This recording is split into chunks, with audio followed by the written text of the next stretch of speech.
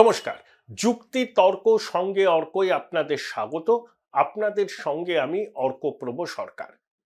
৭১ সালে ভারত পাকিস্তানের যুদ্ধের আগে অনেকগুলো ঘটনা ঘটেছিল। বাংলাদেশে মানে তৎকালীন পূর্ব পাকিস্তানে খান সেনারা যে অত্যাচার চালাচ্ছেন সে সম্পর্কে বিশ্বের মানুষকে অবহিত করার দায়িত্ব নিয়েছিলেন ইন্দিরা গান্ধী। তিনি বিভিন্ন দেশে গিয়েছিলেন, আমেরিকায় গিয়েছিলেন, বিরোধী দলের নেতাদের পাঠিয়েছিলেন পৃথিবীর বিভিন্ন দেশে গিয়ে সেখানকার রাষ্ট্রনায়কদের সঙ্গে কথা বলে খান সেনা কিভাবে পূর্ব পাকিস্তানে বাঙালিদের উপর অত্যাচার চালাচ্ছে সে সম্পর্কে সবিস্তারে জানাতে লাভ হয়েছিল। বিশ্ব জনমত তৈরি হয়েছিল। এমনকি জয়প্রকাশ নারায়ণের মতো ব্যক্তিত্বকেও ইন্দিরাজি পাঠিয়েছিলেন বিদেশে। কিসিঙ্গার নিক্সনের সঙ্গে নিজে দেখা করেছিলেন। কিসিঙ্গার মিসেস গান্ধী সম্পর্কে কটূক্তি করেছিলেন, 7 ফ্লিট পাঠানোর হুমকি দিয়েছিলেন। তারপরে রাশা ভারতের পাশে দাঁড়ায়, চুক্তি হয়, বঙ্গোপসাগরে 7 ফ্লিটের উপস্থিতি সত্ত্বেও পাকিস্তান ভারতের যুদ্ধে পাকিস্তানকে গোহারা হারায় ভারত এবং স্বাধীন গণপ্রজাতন্ত্রী বাংলাদেশ তৈরি হয়। ৭২ সালের 10ই জানুয়ারি শেখ মুজিব 290 দিন পাকিস্তানে কারাগারে থাকার পর বাংলাদেশের মাটিতে প্রত্যাবর্তন করে। তারপরের ঘটনা আপনারা জানেন, ইতিহাসে সবই আছে। আমি কেন বললাম বলুন তো? যে বিশ্ব জনমত গঠন যেটা মিসেস গান্ধী করেছিলেন, অর্থাৎ পাক সেনা, খান সেনা তৎকালীন পূর্ব পাকিস্তানে বাঙালিদের উপর যে অত্যাচার চালাচ্ছে সেটাকে বিশ্বাসযোগ্যভাবে দলিল দস্তাবেজ সহ বিশ্বের তাবর তাবর দেশের সামনে তুলে ধরে ভারতের অবস্থানকেই তিনি পোক্ত করেছিলেন। তাই ৭১-এর পাক ভারত যুদ্ধে বিশ্বের জনমত ইন্দিরা গান্ধীর সঙ্গেই ছিল। সেখান থেকেই আমার মনে হয় অতীতের দৃষ্টান্তকে সামনে রেখে সঙ্গপ্রধান মোহন ভাগবত নরেন্দ্র মোদীর সরকারকে অনুরোধ করেছেন যে বাংলাদেশে ধর্মীয় সংখ্যালঘুদের উপর যে অত্যাচার হচ্ছে, যে নিপীড়ন হচ্ছে, যেভাবে এথনিক ক্লিনজিং এর পথে হাঁটতে চলেছে বাংলাদেশের সরকার, তার বিরুদ্ধে বিশ্বে জনমত গঠন করা হোক। ভারত ইতিমধ্যেই সক্রিয় হয়েছে। আমেরিকার যে প্রশাসন দেখুন, যেটা 20 তারিখে শপথ নেবেন ডোনাল্ড ট্রাম্পের, সেখানে FBI এর ডিরেক্টরও একজন ভারতীয় বংশোদ্ভূত, কাশ প্যাটেল। ন্যাশনাল ইন্টেলিজেন্স ডিরেক্টর তুলসী গাবার্ড, প্র্যাকটিসিং হিন্দু ইসকনের সহযোগী, রাডিক্যাল ইসলামের ভয়ঙ্কর বিরোধী। কাশ প্যাটেল রাম মন্দিরের পক্ষে সওয়াল করেছিলেন, বলেছিলেন যে এত বছরের অভিশাপ থেকে ভারতবর্ষ মুক্ত হচ্ছে, তখন আমেরিকান সংবাদ মাধ্যম কেন বিষয়টাকে অন্যভাবে দেখছে। তারপরে মাইক ওয়ালজ, যিনি ঘোষিত ভারতপন্থী, আফগানিস্তান থেকে আমেরিকা সেনা প্রত্যাহারের বিরোধী ছিলেন, রাডিক্যাল ইসলামের বিরোধী। ট্রাম্প প্রশাসনের যিনি নতুন বিদেশ সচিব হবেন তিনিও ভারতপন্থী এবং রাডিক্যাল ইসলামের বিরোধী। অর্থাৎ ভারত, ইউনূস সরকার যে বাংলাদেশের মাটি থেকে ধর্মীয় সংখ্যালঘুদের ভিটে মাটি ছাড়া করতে চাইছে, সেটা কিন্তু পশ্চিমী দুনিয়ার অনেক দেশের কাছে তুলে ধরেছে এবং পশ্চিমী বিশ্বে বিভিন্ন প্রভাবশালী সংবাদ মাধ্যমে ইউনূস সরকারের ভূমিকা এক্সপোজ হয়ে যাচ্ছে। সেটা টাইম ম্যাগাজিন বলুন, সেটা ইকোনমিক্স বলুন বা অন্যান্য প্রভাবশালী সংবাদ মাধ্যম, তারা বলছে ইউনূস সরকার ধর্মীয় সংখ্যালঘুদের নিরাপত্তা নিশ্চিত করতে পারছে না, নিদারুণভাবে ব্যর্থ। আর ইউনূস সরকারটা হাস্যকর যুক্তি দিচ্ছে যে ধর্মীয় সংখ্যালঘুদের উপর অত্যাচারের ঘটনা যে একবারও হয়নি তা নয়, কিন্তু সেটা ধর্মীয় কারণে নয়, রাজনৈতিক কারণে। তাদের ব্যাখ্যা হচ্ছে যে বাংলাদেশের হিন্দুরা মোটামুটি সবাই আওয়ামী লীগের সমর্থক, আওয়ামী লীগের বিরুদ্ধে মানুষের ক্ষোভ আছে, সেই ক্ষোভের অভিঘাত পড়েছে তাদের উপর, সেই জন্য তারা আক্রান্ত হয়েছেন। এখন প্রশ্ন হলো, রাজনৈতিক সংঘর্ষ হলে সেই সংঘর্ষকে প্রশমিত করার দায়িত্ব সরকারের, কে কোন দল করবেন সেটা তার একান্ত নিজস্ব ব্যক্তিগত সিদ্ধান্ত। তাই আওয়ামী লীগ কেউ সমর্থন করেন এই অজুহাতে তার উপরে অত্যাচার করা যায় না। আসলে এগুলো লেম এক্সকিউজ। আর বাংলাদেশের অন্যান্য রাজনৈতিক দল, বিএনপি বলুন, জামাত বলুন, কেন ধর্মীয় সংখ্যালঘুরা তাদেরকে ভরসা করতে পারেননি, সেই উত্তর তাদেরকে দিতে হবে। এই যে 2004 সালের 21শে অগাস্ট শেখ হাসিনার উপর গ্রেনেড হামলা হয়েছিল, 24 জন মারা গিয়েছিলেন, 300 জনের উপর আহত হয়েছিলেন, তাদের মধ্যে অনেকে পঙ্গু হয়ে গেছে। তাহলে এই হামলা কারা চালিয়েছিল? বাংলাদেশের হাইকোর্ট যাদের বিরুদ্ধে অভিযোগ ছিল তাদেরকে বেকসুর খালাস করে দিয়েছেন। এর মধ্যে খালেদা জিয়ার পুত্র তারেক রহমানও আছেন। তাহলে যারা মারা গেলেন, যারা পঙ্গু হয়ে গেলেন, যারা আহত হলেন, তারা কিন্তু বাংলাদেশের মাটিতে বিচার পেলেন না। তাই বিভিন্ন সংবাদ মাধ্যম বলছে বাংলাদেশে বিচার ব্যবস্থাকে প্রতিশোধ নেয়ার পন্থা হিসাবে ব্যবহার করছে অন্তর্বর্তী সরকার। ব্রিটিশ সাংসদরা তাদের বিদেশমন্ত্রী ডেভিড ল্যামির কাছে এই রিপোর্ট পাঠিয়ে বলেছেন কমনওয়েলথ এবং অন্যান্য সব জায়গাতে সরব হতে বাংলাদেশে ইউনূস সরকার পরিকল্পিতভাবে হিন্দু নিধন যজ্ঞে সামিল হয়েছে এবং বাইরে তারা সম্পূর্ণ অন্য ছবি দিচ্ছে। একের পর এক হিন্দু নির্যাতনের ঘটনা ঘটছে, হিন্দু মহিলাদের আক্রান্ত হচ্ছেন, তাদের সম্ভ্রম নিয়ে টানাটানি হচ্ছে, তারা শাঁখা পলা সিঁদুর পড়লেই তাদেরকে উত্ত্যক্ত করা হচ্ছে। Join Indian Institute of Hotel Management now. Right choice, right decision. Mobile phone check করা হচ্ছে র্যান্ডাম, ভারতের কারোর সঙ্গে কথা বলে কিনা। আর ইউনূস শোনাচ্ছেন শান্তির ললিত বাণী।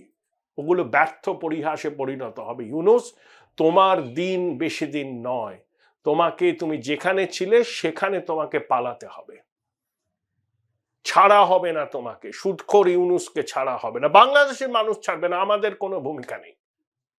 যে অনাচার, যে অত্যাচার করছে ইউনূসের সরকার বাংলাদেশের মানুষের উপর, সেটা কহতব্য নয়। বাংলাদেশের বিভিন্ন শিল্প প্রতিষ্ঠান, বেসরকারি শিল্প প্রতিষ্ঠান বলেছে এই পরিস্থিতি যদি চলতে থাকে আগামী 25 বছর বাংলাদেশ ঘুরে দাঁড়াতে পারবে না।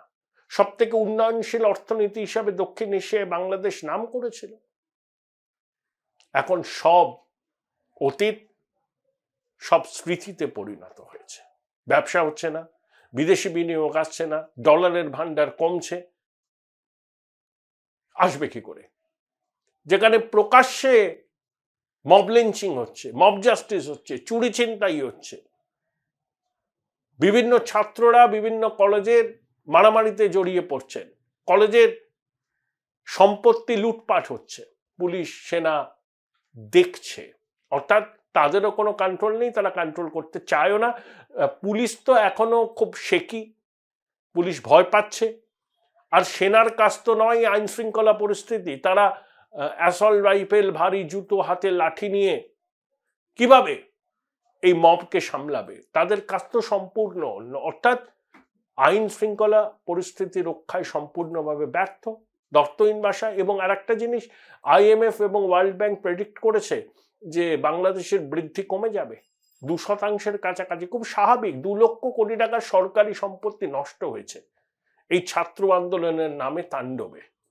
যারা একসময় স্বপ্ন দেখেছিলেন যে শেখ হাসিনা চলে যাওয়ার পর বাংলাদেশ অন্যভাবে উন্নতির সড়কে হাঁটবেন, তারা এখন নিজের ভুল বুঝতে পেরেছেন। তারা ভাবছেন যে তাদেরকে বিপথে চালনা করেছিল জঙ্গি জিহাদিরা। এখন জঙ্গি জিহাদিরাই সামনে চলে এসছে। তাহলে হিন্দু নিধনযোগ্য বাংলাদেশে কমবে না, যতই ইউনূস আশ্বস্ত করুন, কমবে না। কারণ পরিকল্পনা করে করা হচ্ছে হিন্দু শূন্য করার কথা। 71 সালে যেখানে 23% ছিল, 2024-এ সেখানে 8%-এর কাছাকাছি হিন্দু। এই 8%-কেও বাংলাদেশ থেকে সরিয়ে দেওয়ার পরিকল্পনা। এরকম চলতে থাকলে আর 20-25 বছর পরে বাংলাদেশে একজন হিন্দুও থাকবে না। এই প্রেক্ষিতে ভারত সরকারের দায়িত্ব আছে, সরসঙ্গ চালক সেটা মনে করিয়ে দিয়েছেন যে বিশ্ব জুড়ে ভারতকে বাংলাদেশে ঘটে চলা হিন্দু নির্যাতনের বিরুদ্ধে জনমত তৈরি করতে হবে। ভারতের যে এখন প্রভাব, ভারতের যে অর্থনৈতিক বিস্তার, ভারতের যে ডেমোক্রেটিক ডিভিডেন্ড, ডেমোগ্রাফিক ডিভিডেন্ড, ভারতের পক্ষে এই কাজ করা মোটেই অসম্ভব নয়, বরঞ্চ খুবই সহজ। এবং সেক্ষেত্রে ভারত অনেকটাই সফল এখনো পর্যন্ত। যেভাবে ডোনাল্ড ট্রাম্প বাংলাদেশের ধর্মীয় সংখ্যালঘুদের নির্যাতনের বিরুদ্ধে সরব হয়েছেন, পৃথিবীর অন্যান্য দেশে সরব হচ্ছেন, ব্রিটেনের সংসদে সাংসদরা সরব হচ্ছেন, অর্থাৎ এই যে জনমত গঠন ইউনূস সরকারের ধর্মীয় সংখ্যালঘুদের নিপীড়নের বিরুদ্ধে, সেটা অনেকাংশে সফল হয়েছে।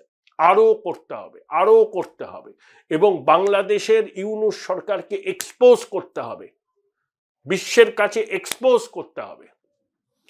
তারপরেও বাংলাদেশের জঙ্গি জিহাদিরা বলছেন যে চিকেন নেক আমরা আক্রমণ করে উত্তর পূর্বকে ভারত থেকে বিচ্ছিন্ন করে দেব।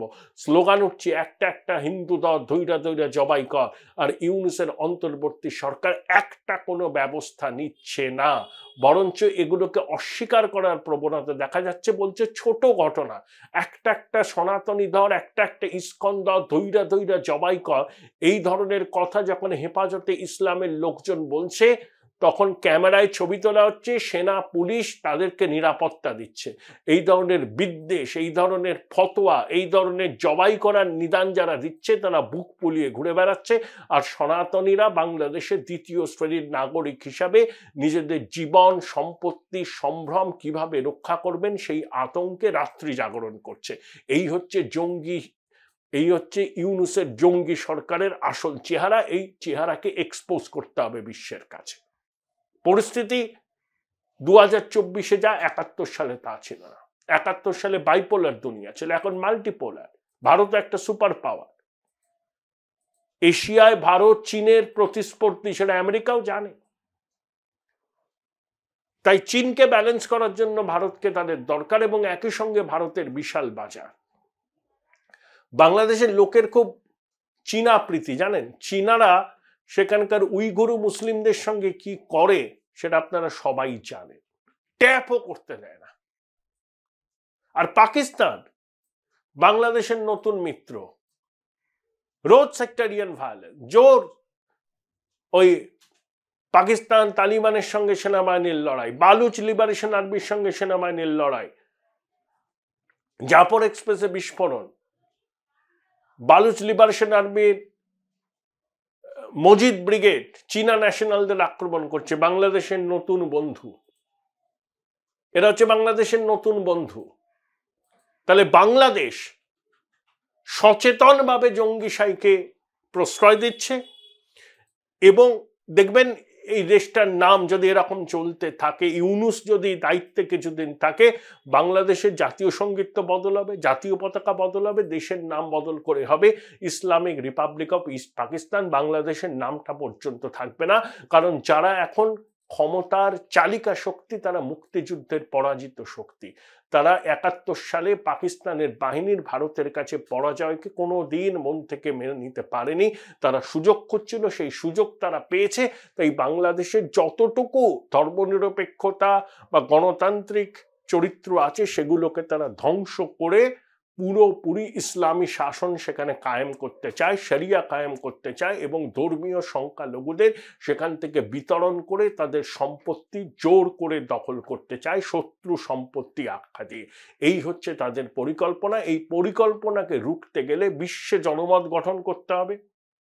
বাংলাদেশ বেয়াদবি করলে, যদি ভারতকে রক্তাক্ত করার চেষ্টা করে, তাহলে প্রয়োজনে সার্জিক্যাল স্ট্রাইকও করতে হবে। আমাদের নিজেদের নিরাপত্তা সুনিশ্চিত করার দায়িত্ব কিন্তু ভারত সরকারের। এবং ভারত জুড়েও প্রবল হচ্ছে জনমত যে বাংলাদেশের এই বেয়াদবিকে সহ্য করা যাবে না। এখনো পর্যন্ত ভারত সরকার পণ্য পাঠানো বন্ধ করেনি, ভিসা দিচ্ছে ছাত্রদের এবং চিকিৎসার জন্য। কিন্তু যেভাবে ভারতে বাংলাদেশ বিরোধী মনোভাব বাড়ছে, কতদিন এই সিদ্ধান্ত ভারত সরকার টিকিয়ে রাখতে পারবে সেটা নিয়েও প্রশ্ন হচ্ছে।